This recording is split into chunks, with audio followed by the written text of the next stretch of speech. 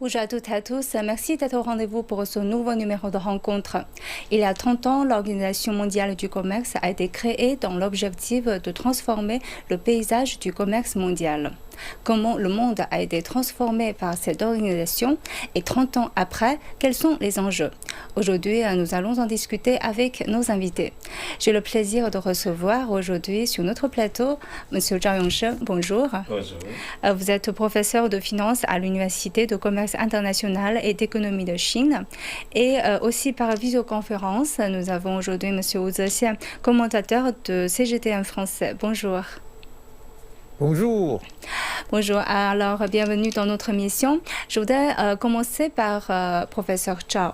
Alors, on sait que l'OMC a été créé sur l'accord de Marrakech qui a instauré ce qu'on appelle un peu l'esprit de Marrakech. Pouvez-vous nous expliquer davantage le contexte historique de la création de l'OMC et aussi cet esprit de Marrakech?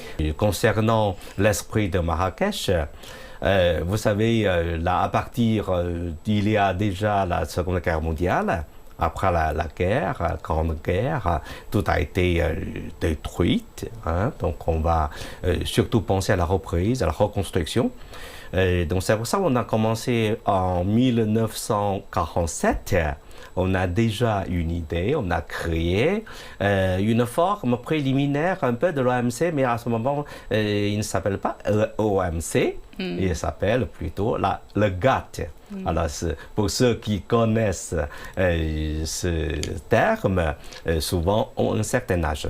Alors, c'est à partir de 1947 jusqu'à 1994-95. Donc, il y a eu 47 ans ou 48 ans. Donc, on a organisé 8 rounds, 8 tours. Et, le 8e, bien sûr, c'est le Uruguayan Round, dont une conférence a été lieu là, à Marrakech. Alors là, pour cet esprit, en fait, ce n'est pas un esprit, c'est un accord. Chacun a sa compréhension. Mais à mon avis, moi, j'aimerais bien résumer cet esprit ou cet accord en 3 termes, 3 mots. Le multilatéralisme, l'équilibre et l'équitable.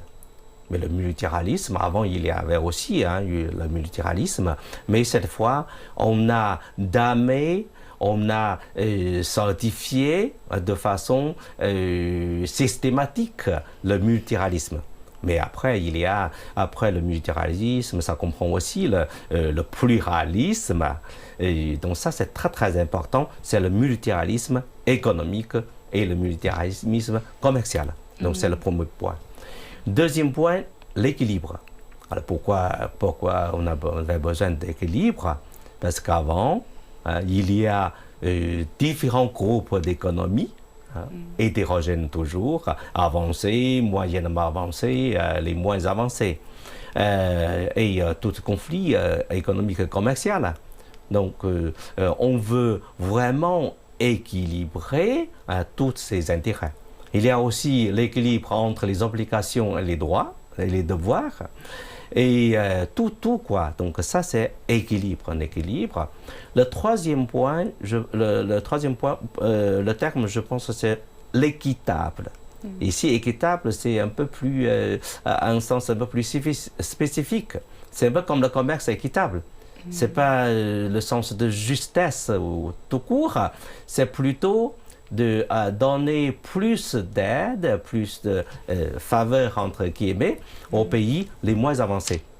Donc, c'est surtout ces 3 termes. Alors, en un mot, l'esprit de Marrakech, alors, en ces 3 termes, on a réalisé avec succès une transformation d'un commerce mondial plutôt dispersé, plutôt divisé, vers une économie, un commerce globalisé ou globalisante plutôt. Et avant le GATT, c'était jouait plutôt le rôle de coordinateur économique et commercial. Et après, à partir de 1995, l'OMC a eu un nouveau rôle, c'est le rôle qui est en plus de coordinateur, mais un arbitraire. Merci. Alors plus concrètement, je voudrais tourner vers M. Wu Zexian. Quelles sont les réalisations les plus notables durant ces 30 dernières années selon vous? Je pense que l'OMC a surtout fourni au monde entier un environnement de commerce ouvert, stable et prévisible. Ceci a facilité énormément les échanges commerciaux dans le monde. Et ceci a facilité également les investissements. Bon, et tout cela, évidemment, contribue à la croissance mondiale. Bon. Alors, je vais vous donner quelques chiffres et quelques exemples. Le chiffre d'abord. Un chiffre qui est très parlant, c'est que entre 1995 et 2023, l'augmentation annuelle en moyenne des échanges commerciaux dans le monde augmente. Donc chaque année, en moyenne, c'est 5,8%. Et en même temps, les échanges commerciaux qui ne cessaient d'augmenter a contribué au développement économique dans le monde. Et ceci, à son tour, a contribué à la réduction de la pauvreté. Bon, alors ça, c'est évidemment très, très important. Alors, deuxième chiffre plus précis, chiffre plus précis, c'est que en 1994, le volume des échanges commerciaux de marchandises et de services, c'était simplement de 6 000 milliards de dollars. Et l'année dernière, le chiffre s'élève à 30 000 milliards de dollars. Vous voyez, une augmentation considérable. Alors, et quelques exemples. À part les chiffres, il y a aussi des exemples. Par exemple, la Nouvelle-Zélande. La Nouvelle-Zélande, c'est un pays dont l'économie est tournée principalement vers le reste du monde. Bon, donc, l'exportation est très importante pour la Nouvelle-Zélande. Pour le gouvernement néo-zélandais, les échanges commerciaux contribuent à assurer le quart d'emploi dans ce pays. L'emploi signifie la croissance économique et la productivité. Bon. Deuxième exemple, très concret. Il existe une marque de vêtements d'hiver qui était un produit de luxe. Bon, seuls quelques dizaines de millions de consommateurs étaient en mesure d'acheter. Et aujourd'hui, grâce aux échanges commerciaux qui ont considérablement réduit les coûts de revient et les prix de vente, et aujourd'hui, pratiquement tout le monde peut accéder à ce vêtement qui était considéré comme un vêtement de luxe. Troisième exemple qui concerne la Chine. Vous savez, il y a une ville très connue en Chine qui est spécialisée dans le commerce extérieur. C'est la ville de Yiwu. Non seulement la ville est connue par les Chinois, mais aussi du monde entier, parce que tous les commerçants, les importateurs, les exportateurs du monde entier viennent à Yiwu pour faire des affaires. Bon, alors, avant l'adhésion de la Chine à l'OMC, la ville était spécialisée dans le commerce sur le marché domestique. Bon. Et après l'année 2000, après l'adhésion de la Chine à l'OMC, eh bien, la ville est rapidement tournée vers le reste du monde. Aujourd'hui, le commerce extérieur de cette ville représente 70% de ses affaires. Donc, en 23 ans, l'importation et exportation de cette ville ont connu une croissance de plus de 300 fois. 300 fois plus élevée en 23 ans pour l'importation et 234 fois plus élevée pour l'exportation. Vous voyez, ce sont des exemples très précis mais très parlants. Bon, je crois que ça en dit long. En tout cas, bref, l'OMC a joué un très grand rôle positif pour les échanges commerciaux dans le monde. Monsieur Zhao Yongsheng, d'un point de vue global, on voit qu'il y a des exemples concrets des villes ou des pays. Mais dans son ensemble, comment le monde a été transformé, surtout au niveau de règles économiques mondiales. Aujourd'hui, on vit les choses comme il est, mais c'est difficile d'imaginer. S'il n'y avait pas l'OMC, qu'est-ce qui se passera et comment l'OMC a changé le paysage de l'économie mondiale? Pour les changements, hein, tout ça, c'est vraiment fondamental. C'est vraiment fondamental parce que c'est pas seulement, comme je viens de le dire, c'est pas seulement quantitativement parlant, c'est qualitativement parlant. Alors pour l'économie chinoise, là il y a d'abord, ça c'est aussi surtout la qualité, les chaînes de valeur, chaînes de production. Vous voyez, c'est ça là. Donc tout a changé. En gros, la société chinoise, avant l'adhésion à l'OMC, moi je ne peux pas dire que c'était une économie purement et simplement agricole, mais presque. Parce qu'on la Chine a commencé la réforme dans les zones rurales en 1978, veut dire les années 80. Alors, pour la réforme urbaine, 10 ans après, donc dans les années 90, et 2001, donc c'est juste après, 20 ans de réforme dans les zones rurales et 10 ans de réforme dans les zones urbaines. Avant l'adhésion à l'OMC, l'économie chinoise était plus ou moins séparée du monde, du reste du monde. On était seul. On ne travaille pas grand-chose avec le reste du monde. Pour les chaînes de valeur, les chaînes d'approvisionnement, il n'y a pas notre participation importante. Donc avec l'OMC, on est entré, on a fait des efforts et c'est surtout on a réussi à faire monter les hauts gammes de produits. Ça c'est très très important, tout en transformant la société chinoise plus ou moins agricole vers une société chinoise d'aujourd'hui plutôt industrialisée. On a parlé un peu de la Chine dans la question précédente. Et Monsieur Wu Zetian, quel est votre avis là-dessus? Comme on avait bien dit, voilà, la Chine a bien profité de l'adhésion à l'OMC. Mais en même temps, le développement des échanges commerciaux entre la Chine et le reste du monde, le développement économique de la Chine contribue énormément aussi à la croissance mondiale. Bon, la Chine, vous savez, depuis des années, la Chine contribue à l'ordre de 30% à la croissance économique du monde. Bon, d'ailleurs, aujourd'hui, la Chine est devenue plus de 140 pays. Voilà. Pour plus de 140 pays, la Chine est devenue leur principal partenaire commercial. Bon, alors la Chine a réduit sans arrêt ses tarifs douaniers, le niveau en moyenne du taux des droits de douane en Chine a été rabaissé à 7,3% aujourd'hui, alors que c'était 15,3% au moment de son adhésion à l'OMC. Bon, donc l'ouverture de la Chine est de plus en plus élargie, et récemment, le président chinois a annoncé que la Chine a décidé d'accorder tarif zéro pour les pays les moins avancés, et c'est entré en vigueur à partir du 1er décembre, justement, le 1er décembre, il y a quelques jours,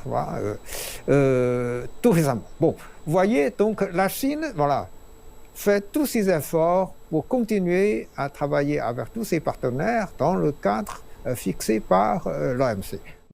Et Monsieur Wu Zetian, quel est votre point de vue sur le changement qu'a apporté l'OMC aux règles économiques mondiales? Eh bien, évidemment, l'OMC a joué un rôle très important pour régler le cadre du commerce mondial. Non seulement l'OMC est un coordinateur, mais c'est aussi un arbitre. Donc, lorsqu'il y a des litiges, ce qui est normal, il peut y avoir souvent des litiges commerciaux entre les partenaires, eh bien, l'OMC peut jouer un rôle, Et puis, l'OMC, évidemment, facilite, avec les règles bien définies, facilite le comportement des partenaires dans leurs échanges commerciaux. Bon, vous savez, il y a des principes fixés par l'OMC quand il s'agit des échanges commerciaux entre les différents pays. Ce sont des principes très très importants. Par exemple, le principe de réciprocité. Quand on fait le commerce, il faut que ce soit équitable. Donc, réciprocité, ça c'est important. Puis la transparence, c'est aussi très important. Et puis, l'accessibilité au marché, ça c'est l'un des principes sacrés de l'OMC. Et puis, concurrence équitable aussi, concurrence loyale. Bon, ça c'est aussi quelque chose de fondamental. Et puis, le principe de l'aide au développement. Je crois que c'est un aspect que le professeur Cho avait déjà évoqué, c'est-à-dire, c'est vrai que tous les pays sont égaux, au sein de l'OMC, mais il faut quand même tenir compte des spécificités des pays moins avancés. Bon, il faut accorder quand même certaines mesures de faveur pour aider les pays les moins avancés, ou certains pays en développement, de pouvoir rattraper le retard. Ça, c'est un principe qui est aussi très important. Il ne faut pas creuser davantage les écarts entre les pays développés et les pays en développement. Justement, au sein de l'OMC, il y a ce principe qui essaye de réduire les écarts entre les uns et les autres. Ça, c'est important. Et puis, un autre principe qui est très important aussi, c'est le principe de non-discrimination. Donc, quand on parle du principe de non-discrimination, il y a un traitement des pays les plus favorisés, ça on connaît, et puis il y a aussi un autre traitement qui s'appelle le traitement national. C'est un peu spécifique, mais je crois que les gens attachent beaucoup à ces principes définis par l'OMC, et ce qui évidemment crée, comme j'ai dit tout à l'heure, ce qui créer un environnement prévisible, stable et équitable pour le commerce mondial.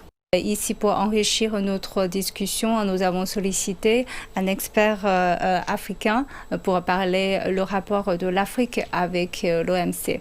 Et nous avons invité M. Élisée Héribert Labelle Ajovi, gouverneur du magazine Le Label diplomatique et président du caucus panafricain des journalistes. Et il va nous parler de ce rapport entre l'Afrique et l'OMC et aussi les enjeux de l'OMC aujourd'hui. Et nous allons l'écouter. Faire le bilan des rapports entre l'Organisation mondiale du commerce, l'OMC, et l'Afrique, c'est revenir sur 30 années de coopération entre l'OMC et l'Afrique. Et c'est un bilan mitigé. Oui, il y a des résultats positifs. Déjà, c'est une bonne mission, une mission louable qui a été confiée à l'OMC par l'Organisation des Nations Unies, à savoir promouvoir la mondialisation des marchés et le développement sans entrave du commerce international, sans oublier que les pays membres de l'OMC, y compris les 44 pays africains, bénéficient de la clause de la nation la plus favorisée. Alors, l'Afrique à l'OMC, c'est également la première femme à occuper le poste de directrice générale, et elle est africaine, elle est précisément nigériane, Madame Ngozi Okonjo-Iweala, et qui, à l'issue du Conseil général de l'OMC, le 29 novembre 2024, a été reconduite à la tête de l'OMC pour un second mandat qui démarre le 1er septembre 2025. L'Afrique à l'OMC, c'est aussi un appui technique, financiers également pour permettre à l'Afrique de répondre aux enjeux du commerce international, sans oublier des bourses de formation, des bourses de renforcement des experts africains. Mais quand on a parlé de ça, le bilan est mitigé. Je le disais à l'entame de mon intervention, il y a à redire. Il y a à redire parce que c'est bien beau de vouloir réguler le commerce international, mais quand il s'agit de l'Afrique, c'est un continent qui, avant 1960, a vécu plus de 1000 ans d'esclavage arabe, puis d'esclavage occidental. Donc, que ce soit les ressources humaines, les ressources minières, les ressources naturelles de l'Afrique étaient systématiquement pillées. Et à l'ère des indépendances, à partir de 1960 jusqu'en 90, nous savons très bien qu'il y a eu une volonté de la part des anciennes puissances coloniales à mettre le grappin toujours sur les ressources minières et naturelles de l'Afrique à travers la détérioration des termes de l'échange. On peut venir en Afrique pour acheter à vil prix les matières premières et revenir avec des produits manufacturés 3 à 4 fois plus chers. Écoutez, si l'OMC n'existait pas, il fallait la créer parce que c'est une mission noble que de promouvoir la mondialisation des marchés et le développement sans entrave du commerce international. Cela dit, il faudrait que pour qu'il y ait une bonne régulation du commerce international et que lorsqu'il y a des conflits, que l'on puisse négocier alors dans le cadre du multilatéral, il faudrait déjà à la base que nous allions à part égale au niveau de la production à l'interne. On ne peut pas continuer à poursuivre la politique de détérioration des termes de l'échange, venir en Afrique acheter des produits à bas prix, des matières premières à bas prix et revenir avec des produits manufacturés 3 fois, 4 fois plus chers et prétendre que nous pouvons aller à part égale sur le marché international. Je suis vraiment d'avis que, comme la Chine le demande, ensemble avec les autres pays des BRICS, qu'il faut réformer l'OMC et permettre à ce que l'Afrique, qui dispose quand même de la plupart des ressources minières sur le plan international, de beaucoup de ressources naturelles, ne soit pas à la traîne sur le marché international. Et pour que les choses changent, il faut permettre à ce qu'il y ait de la solidarité internationale. Et une fois encore, à cet effet, je pense que les propositions qui ont été faites par le président Xi Jinping, entérinées au dernier sommet du FOCAC, ces propositions sont salutaires, que ce soit pour l'industrialisation de l'Afrique, parce qu'il faut que la plupart des matières premières de l'Afrique soient transformées sur place pour apporter de la plus-value à notre économie et permettre à ce que nous soyons compétitifs sur le marché international. Et maintenant, on voit que 30 ans après, quels sont les enjeux pour vous aujourd'hui que l'OMC fait face? Mais enfin, moi, je pense qu'il y a plusieurs enjeux, plusieurs défis à challenger. Ça c'est quand même, ça risque plus ou moins déjà. 30 ans, c'est court dans l'histoire, mais 30 ans, c'est long aussi. Pour une économie, c'est long.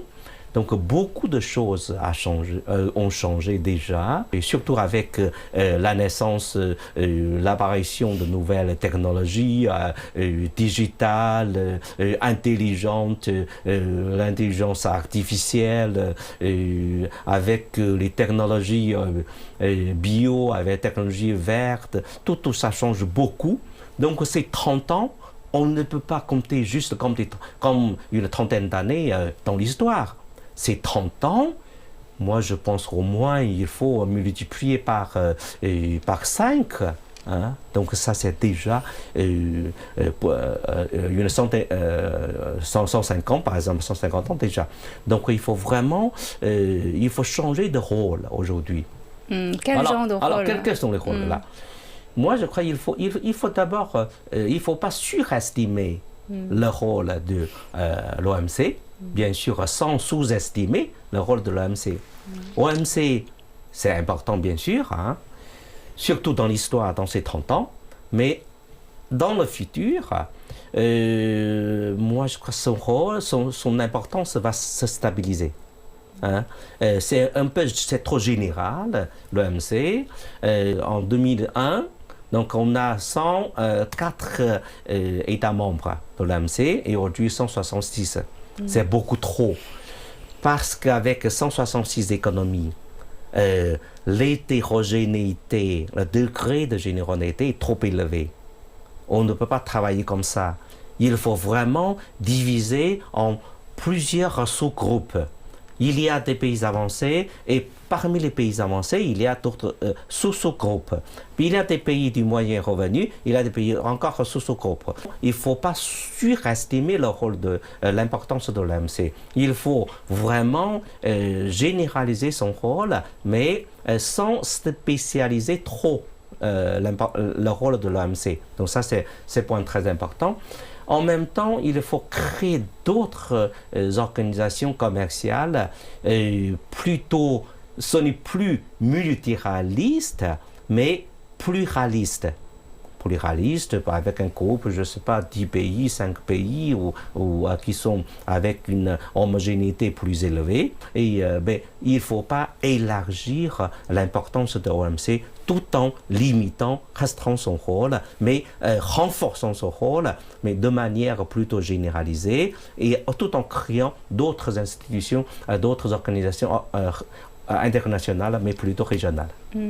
Et M. Wu Zetian, quel est votre avis là-dessus? C'est vrai qu'aujourd'hui, voilà, on fait face à de sérieux défis. Voilà, certains pays, voilà, dont la plus grande économie du monde, les États-Unis, voilà, se comportent aujourd'hui voilà, de façon voilà, contraire à ce que préconise l'OMC. Bon, alors, et vous êtes certainement au courant, voilà, tout le monde est au courant, voilà, de ce que le président Trump avait fait lorsqu'il était, durant son premier mandat, à l'égard de la Chine, avec ses tarifs douaniers exorbitants, voilà, extraordinaires. Hein. Bon, voilà, ça n'a pas vraiment apporté des avantages aux États-Unis. Au contraire, je crois que, voilà, en essayant de nuire voilà, aux échanges commerciaux sino-américains, eh bien, toutes ces mesures tarifaires ont alourdi les charges des consommateurs américains. Et en plus, voilà, les échanges commerciaux entre les États-Unis et la Chine, voilà, et malgré toutes ces mesures discriminatoires contre la Chine, avaient continué à augmenter parce que, voilà, justement, aujourd'hui, notre monde est devenu voilà, un petit village, c'est-à-dire les pays sont interdépendants voilà, les uns des autres. On ne peut pas voilà, créer artificiellement des fossés voilà, entre eux. Bon, alors le découplage, voilà, la rupture, ça ne pourrait pas marcher. Voilà, ce serait un impasse. Bon, ça mène à nulle part. Bon, alors, mais c'est quand même un sérieux défi. C'est un sérieux défi que l'OMC doit relever. Voilà. La Chine est toujours là pour contribuer voilà, au bon fonctionnement de l'OMC. Je crois que voilà, avec la solidarité de tous les pays en développement, avec la solidarité de tous les pays qui sont favorables voilà, au rôle voilà, important de l'OMC, je crois qu'on pourrait toujours voilà, bien faire face à ce genre de défi. Je vous remercie, M. Wu Zetian et M. Zhao Yongsheng, d'avoir participé à notre émission. Merci. Merci. Merci à vous. Je vous remercie d'avoir suivi notre émission. À la prochaine.